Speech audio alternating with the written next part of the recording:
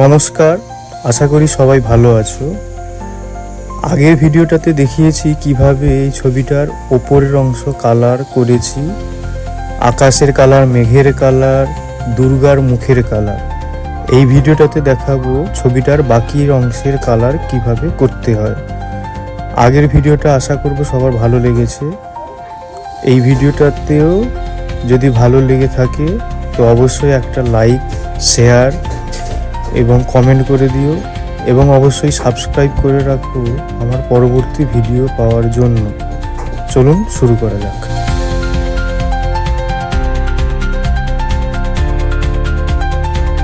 Human ফিগারের গায়ের colour করার জন্য আমি অরেঞ্জ কালার, পিচ কালার এবং লেমন ইয়েলো এই তিনটে কালার ব্যবহার করেছি।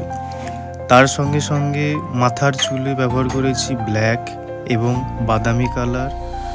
আর ঢাকিটার যে পোশাক পরে রয়েছে তাতে ব্যবহার করেছি আমি পিঙ্ক কালার, হোয়াইট কালার এবং লাইট ভায়োলেট কালার।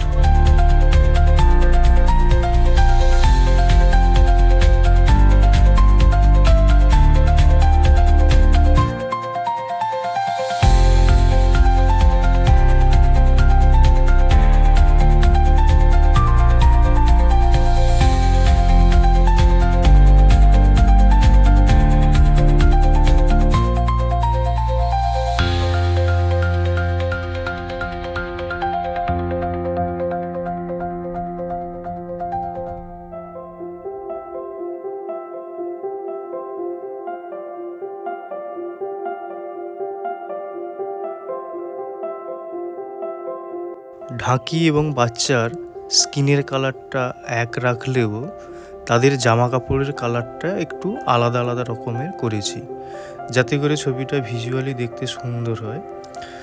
এখানে ঢাকিটার জামার কালার ব্যবহার করেছি পার্পল কালার অর্থাৎ light violet colour, pink colour এবং হোয়াইট কালার।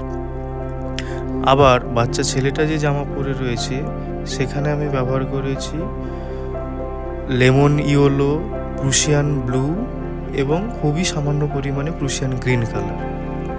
ঢাকিটাকে যেখানে পরানো হয়েছে ধূসর রঙের একটি ধুতি, বাচ্চাটাকে সেখানে পরানো হয়েছে একটি নেভি ব্লু অর্থাৎ ব্লু কালার কম্বিনেশনের একটি প্যান্ট।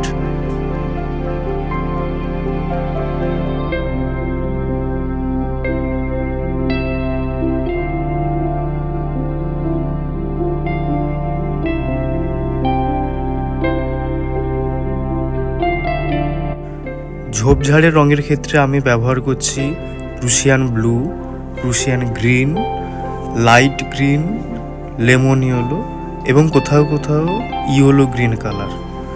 আমার হাতে যে স্টিকটা দেখতে পাচ্ছ সাদা মতো, এইটা হচ্ছে পেপার স্ট্যাম্প, যেটা দিয়ে আমি কালারটা সুন্দর করে মিক্সড করছি। তোমরা চাইলে পেপার স্ট্যাম্পও ইউজ করতে পারো অথবা সুন্দর সুতির ন্যাকড়া দিয়েও কালারটাকে মিক্স করতে পারো। কালার করলে শুধু হবে না, কালারটা যাতে সুন্দর করে মিক্সড হয় সেদিকেও আমাদেরকে খেয়াল রাখতে হবে প্যাস্টেল কালারের ক্ষেত্রে।